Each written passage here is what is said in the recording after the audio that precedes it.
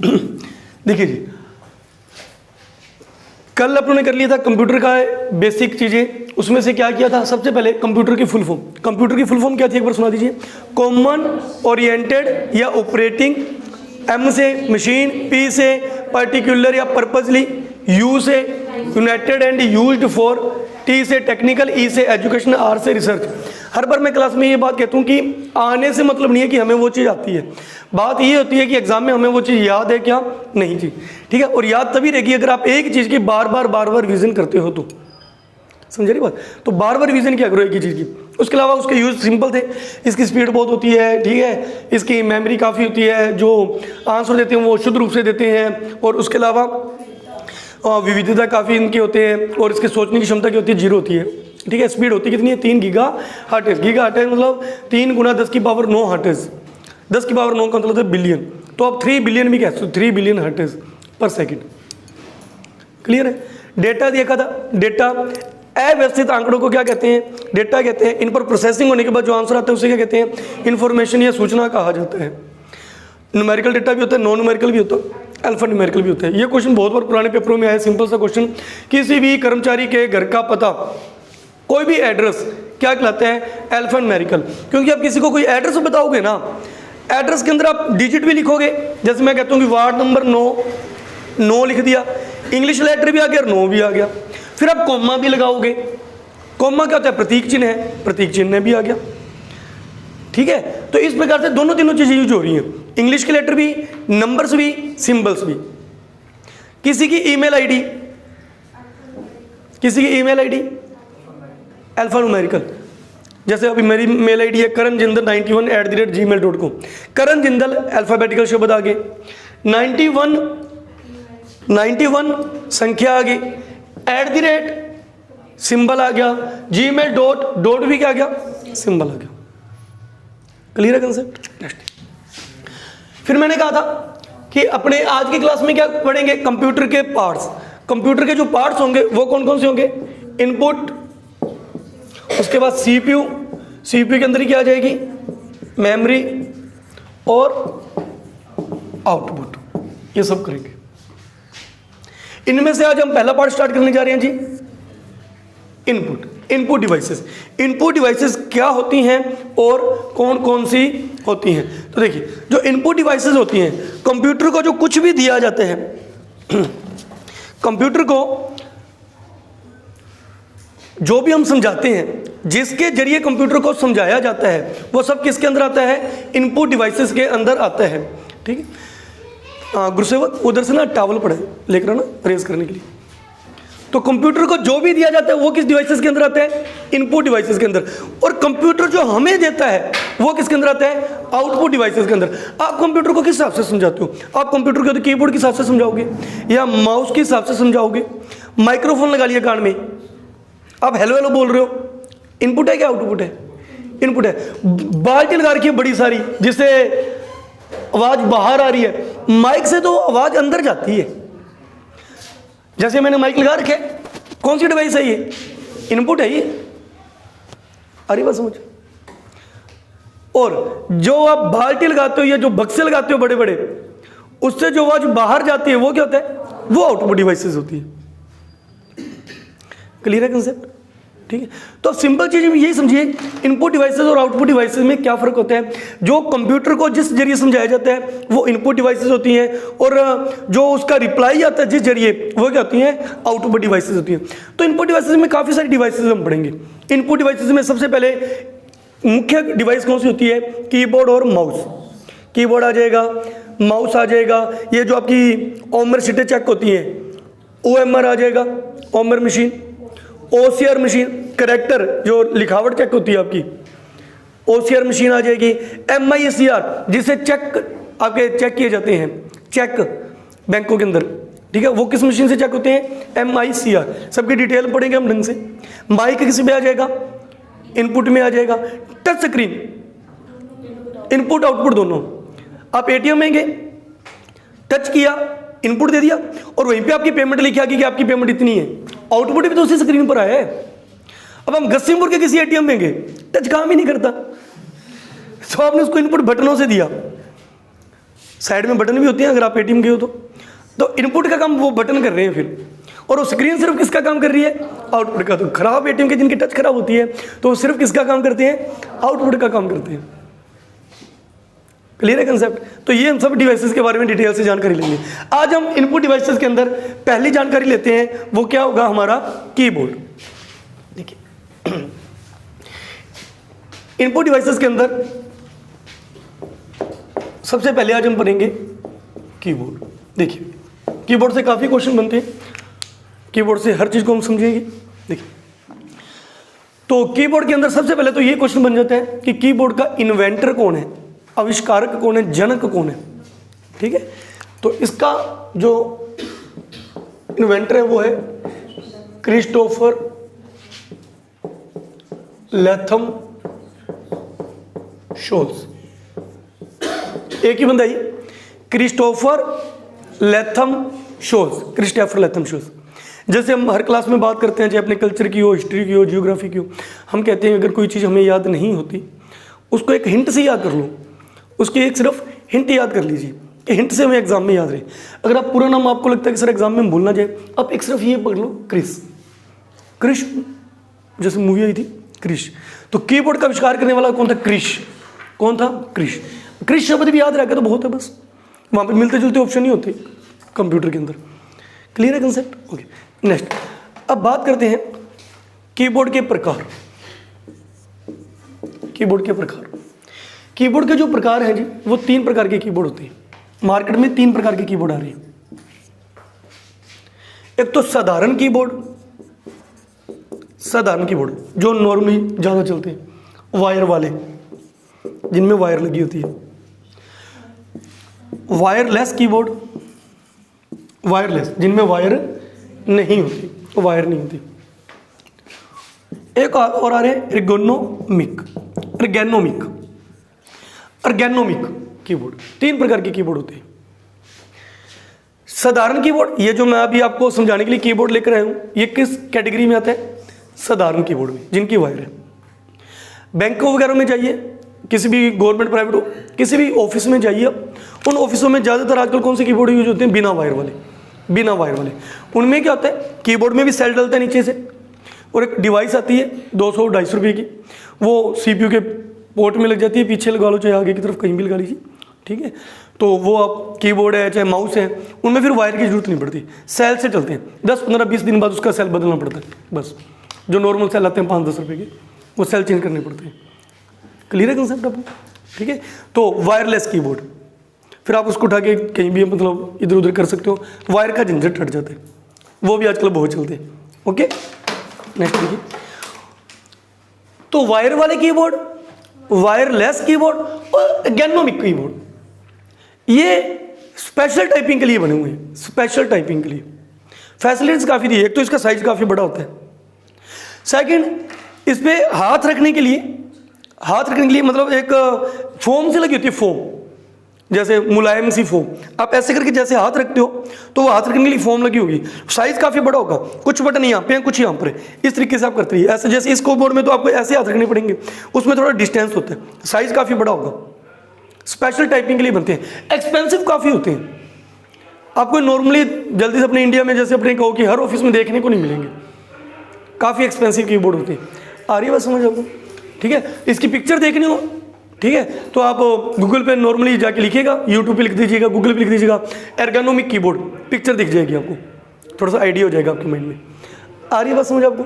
ठीक है, ये किसके लिए बनाए जाते हैं, स्पेशल टाइपिंग के लिए। तो बाई चांस एग्जाम में ऐसा कोई क्वेश्चन आता है, स्पेशल टाइपिंग के लिए जो वर्तमान में आधुनिक टेक्निक से जो कीबोर्ड आ रहे हैं, उन कीबोर्डों को क्या कहा जाता है या उनका क्या नाम है, एर्गोनोमिक कीबोर्ड।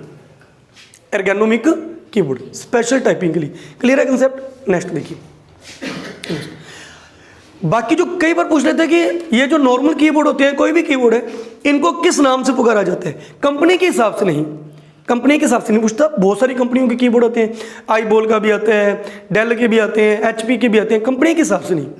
नॉर्मली कीबोर्डों के क्या नाम होते हैं बताओगे आप, बताओगे? ये क्वेश्चन आता रहता है सिंपल से। क्वेरिटी, वेरी गुड, बहुत बढ़िया। QWERTY keyboard, reason, very good, reason, कारण बताइए क्वेरिटी बोलने का। इनकी जो प्रथम लाइन होती है, फर्स्ट लाइन होती है, ज्यादातर कीबोर्ड्स की फर्स्ट लाइन आपकी यही होगी, QWERTY, बस।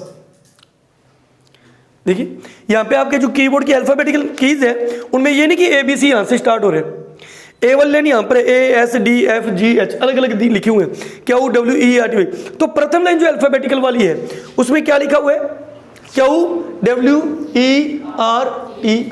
इसलिए कीबोर्ड को नॉर्मली क्या कह दिया जाता है, क्वेरिटी कीबोर्ड कह देते हैं। क्लियर है क्वेश्चन? हर प्रकार के क्वेश्चन करेंगे हम, ठीक है। देखने में क्वेश्चन सिंपल लगते हैं, लो लेवल के पेपर में भी आ जाते हैं, नॉर्मल पेपर में तो आते ही आते हैं, हाई लेवल के पेपर में भी ऐसे क्वेश्चन डाल देते हैं।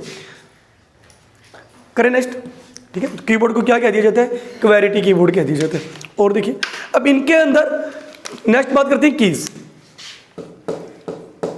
प्रकार हो गए, नाम हो गया। नेक्स्ट, कुल कितनी कीज होती हैं, ये देखिए, मतलब कितनी कुंजियां, बटन कितने होते हैं टोटल। नॉर्मली जो एवरेज है, जो कीबोर्ड आते हैं उनमें ज़्यादातर 104 कीज होती है, 104 104 कीज होती है, मैक्सिमम 120 तक भी चली जाती है, मैक्सिमम 120 तक भी होती है। 104 से 120 के बीच बीच रहती है, 105 106। जैसे कुछ बटन होते हैं, जैसे स्क्रॉल लॉक का बटन है, अभी कराऊंगा, यहाँ पे लिखा हुआ है स्क्रॉल लॉक, ये वेस्टेज बटन है, आजकल इसका कोई काम नहीं है, कई कीबोर्ड में आ रहा है और कई कंपनी इसको नहीं भी देती, कम हो गया ना बटन। ऐसे कई बटन होते हैं जो कुछ हमारे ज़्यादा काम के नहीं होते और कुछ एक्स्ट्रा बटन भी डाल दिए जाते हैं, साउंड वगैरह के लिए कुछ बटन डाल देते हैं, साउंड वगैरह के लिए ज़्यादा साउंड आ जाए उसके लिए बटन कीबोर्ड के अंदर रख देते हैं। तो बटनों की संख्या कम भी कर देते हैं और ज़्यादा भी कर देते हैं, ठीक है। इसलिए 104 से 120 के बीच बीच रहते हैं। और अगर ऐसे कोई क्वेश्चन आता है नॉर्मली पूछ ले तो 104। नेक्स्ट देखिए, अब इनमें जो कीज हैं वो किस हिसाब से डिवाइड की गई हैं, सुनिएगा भी ध्यान से।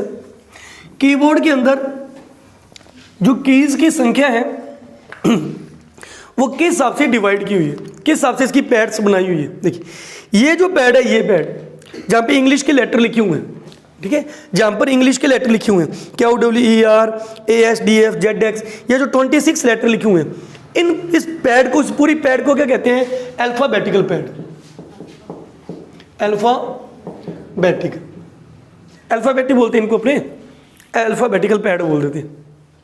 ये सारे के सारे नंबर लिखे हुए हैं 1 से 9 0 तक, इन्हें क्या कहते हैं, कौन सी पैड कहती है, न्यूमेरिक पैड, न्यूमेरिक पैड कहते हैं, जिनमें नंबर्स लिखे हुए हैं। ऊपर F1 से F12 तक बटन लिखे हुए हैं, F1 से F12, इन्हें क्या कहा जाता है,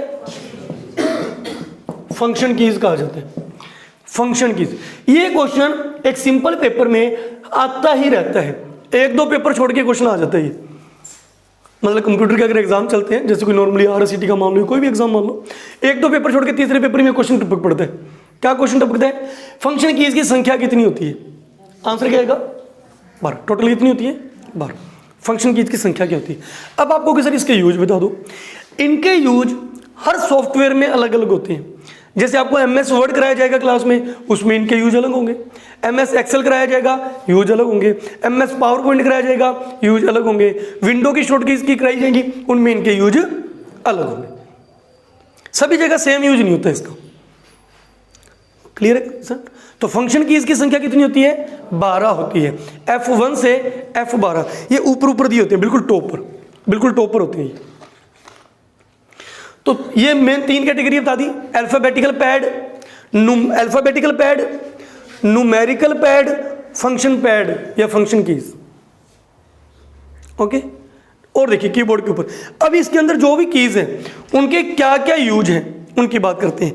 इनके यूज बताने की जरूरत नहीं है, अल्फाबेटिकल, ये तो इंग्लिश के लेटर लिखते हैं, आप कोई भी टाइप कर रहे हो तो जो लिखोगे वही आ जाएगा। ये नंबर्स लिखते हैं, और ये इनके यूज मैंने बता ही दिया, हर प्रोग्राम में, हर सॉफ्टवेयर में अलग अलग हुए। उसके अलावा जो कॉमन यूज रहते हैं सभी के, जैसे डिलीट की है, होम है, एंड है, पेज अप, पेज डाउन, वो आपको बताते हैं कि उसका कहीं भी यूज करो, सभी के यूज लगभग क्या रहेंगे, हर जगह पे सेम रहेंगे। वो देखिए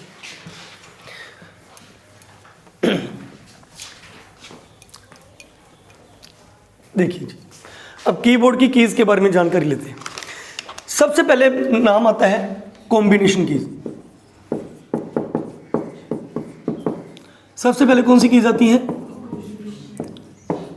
combination keys. Combination keys, combination keys keyboard के अंदर तीन प्रकार की होती है। कौन कौन सी? कंट्रोल, शिफ्ट और आल्ट। कंट्रोल, शिफ्ट और आल्ट। इन्हें मॉडिफायर, इनका दूसरा नाम मॉडिफायर भी होता है और इनका नाम एडजस्टमेंट भी होता है।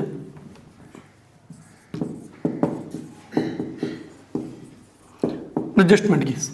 बाकी आपके पास नोट्स है, नोट्स के अंदर भी देखते रहिएगा, उसके अंदर नाम लिखे हुए हैं।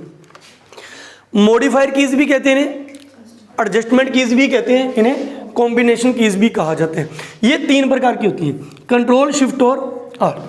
पूछा जाता है एग्जाम में, निम्न में से कौन सी कीज कॉम्बिनेशन की है या निम्न में से कौन सी की कॉम्बिनेशन नहीं है। इसके अलावा कोई ऑप्शन मिलेगा तो वो नहीं है, नहीं। अब इन्हें कॉम्बिनेशन कीज क्यों कहा जाता है?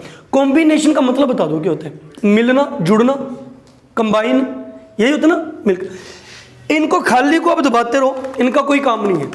कंप्यूटर के साथ इसको लगा के कीबोर्ड को कंट्रोल, शिफ्ट और ये आल्ट, ये रहे तीन, कंट्रोल, शिफ्ट, आल्ट, ये दो हैं, इधर भी है और इस साइड भी है। ये रहा आल्ट, ये रहा कंट्रोल और ये रहा शिफ्ट।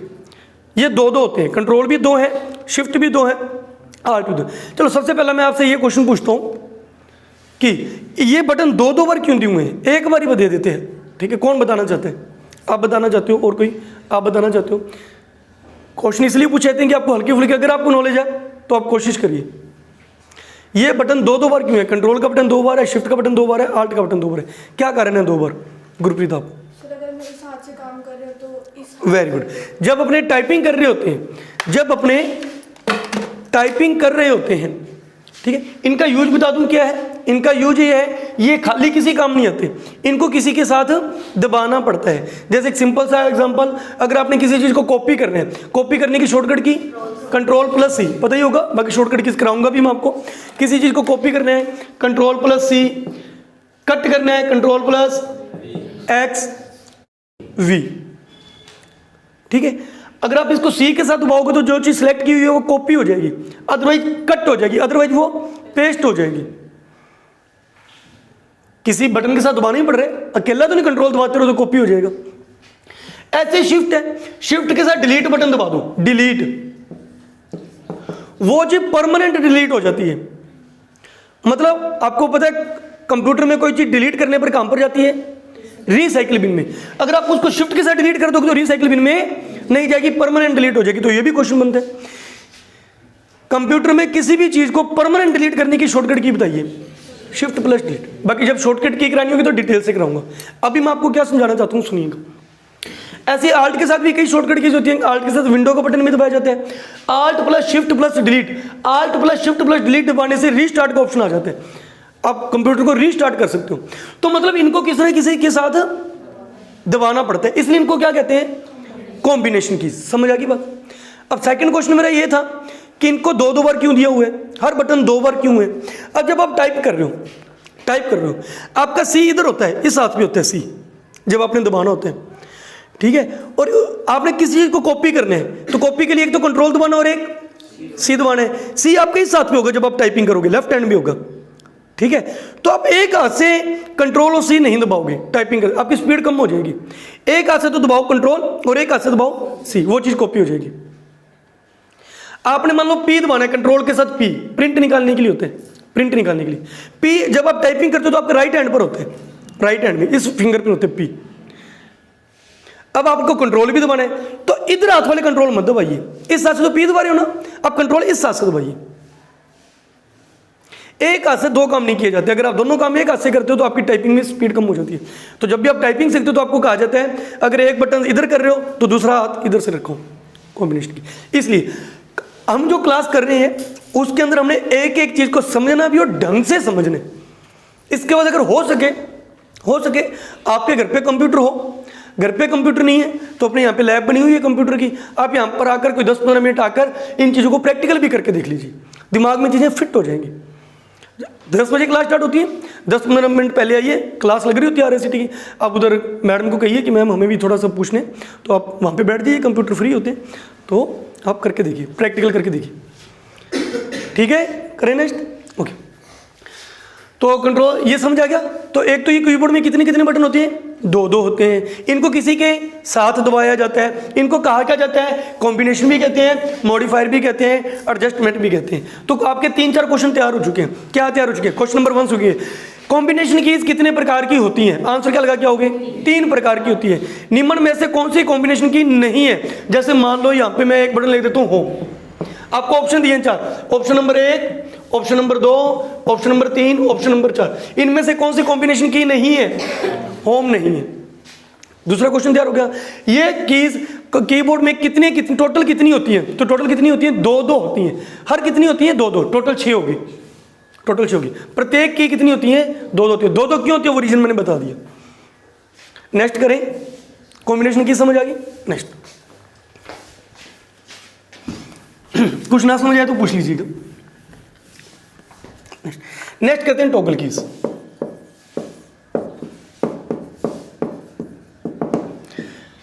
नेक्स्ट करते हैं टॉगल कीज। टॉगल कीज किसे कहते हैं?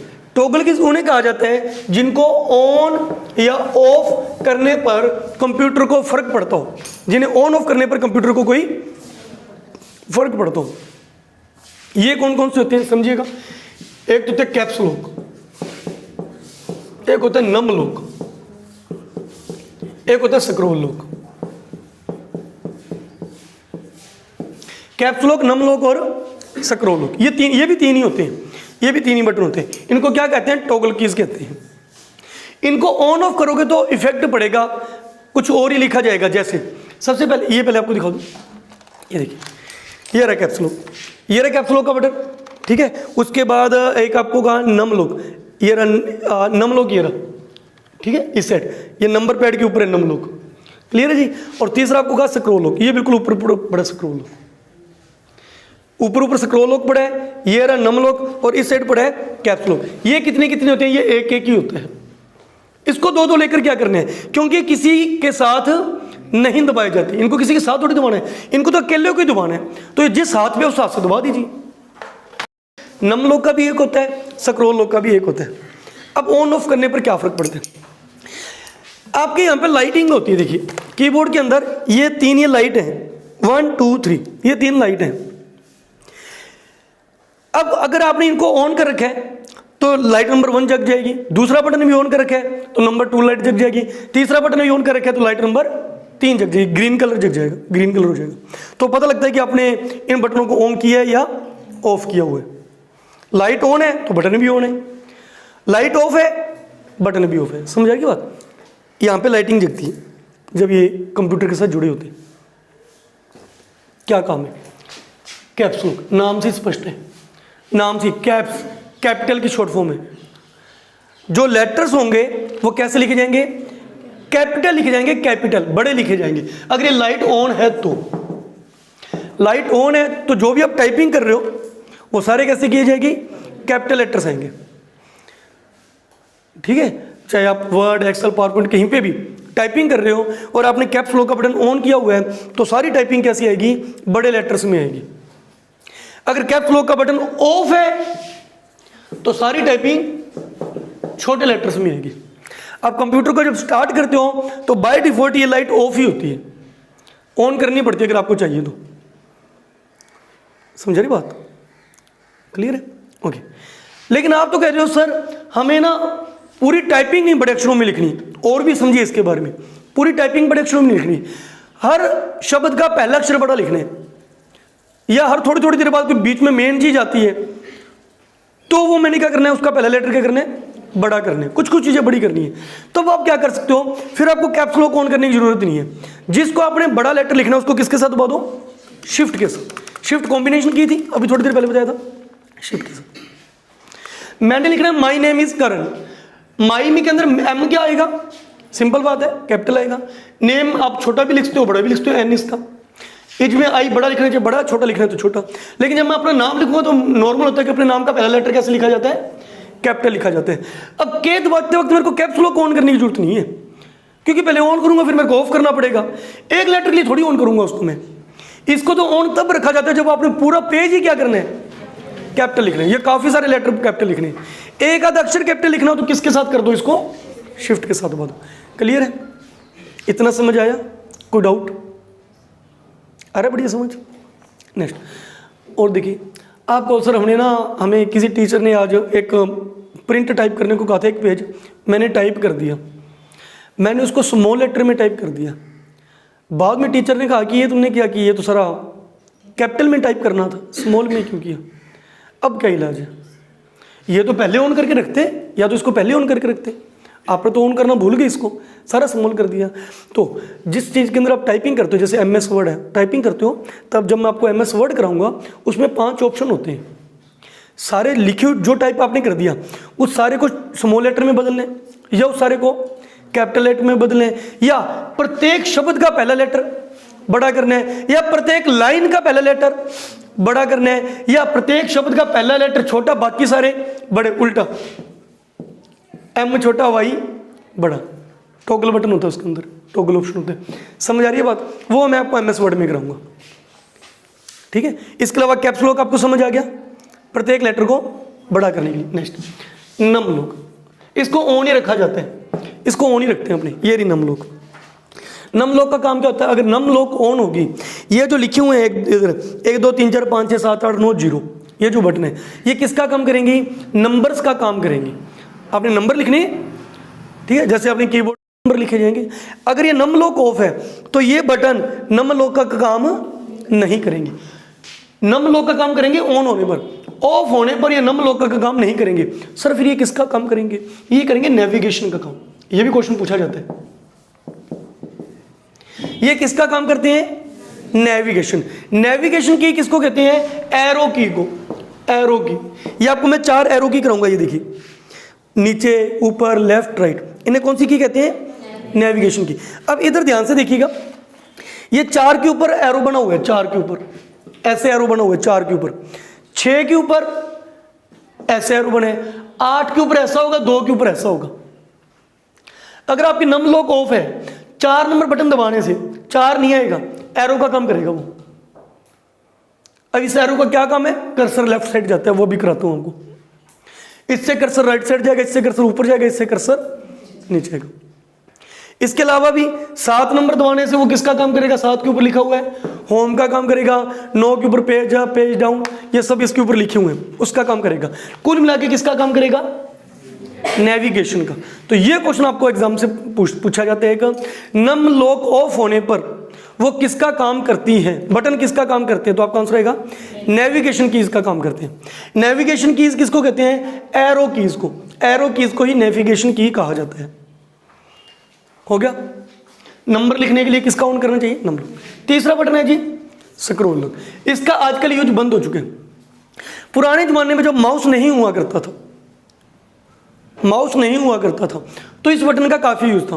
पहले CLI चला करता था, जो ऑपरेटिंग सिस्टम में क्या चला करता था? CLI, कमांड लिंक्ड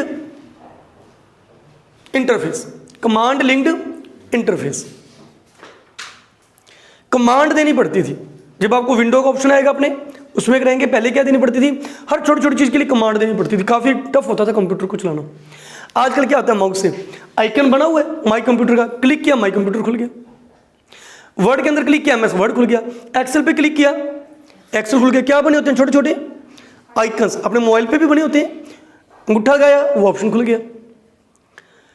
इंसान पूरे दिन में किसके ऊपर सबसे ज्यादा अंगूठा रखते हैं वर्तमान में? फोन पे तो रखते हैं, फोन में भी व्हाट्सएप और फेसबुक। चलिए देखिए, ध्यान दीजिए, सभी के लिए ये नहीं होगा, कोई बात नहीं। देखिए तीसरा यूट्यूब बच जाता है। देखिए तो मेन बात क्या, तो वर्तमान में जो चलता है वो क्या है? GUI। जो आइकन्स चलते हैं आपके कंप्यूटर में या मोबाइल में, जो आइकन्स दिए होते हैं उनको क्या कहा जाता है? Graphical user interface. मोबाइल आने के बाद सब कंप्लीट काम कैसा हो चुका है? GUI हो चुके हैं, ग्राफिकल यूजर इंटरफेस। आइकन्स होते हैं इसके अंदर, ठीक है। तो जब पहले GUI नहीं हुआ करता था, क्या हुआ करता था? CLI हुआ करता था, माउस नहीं आया था। उस उस समय आपने कीबोर्ड से आपको स्क्रीन को ऊपर नीचे करना होता था, और एरो की से स्क्रीन भी ऊपर नीचे किससे होगी? एरो की से। कर्सर भी ऊपर नीचे किससे होगा? एरो की से। एरो की क्या भी यूज कराता हूं? एरो की से ही कर्सर लेफ्ट राइट होता है, और एरो जो आप स्क्रीन ऊपर नीचे किससे करते हो? साइड में स्क्रॉल बार होती है, स्क्रॉल बार, माउस उसके पास ले जाते हो, उसको पकड़ के ऊपर नीचे ड्रैग कर देते हो, या माउस के बीच वाले बटन को घुमा देते हो।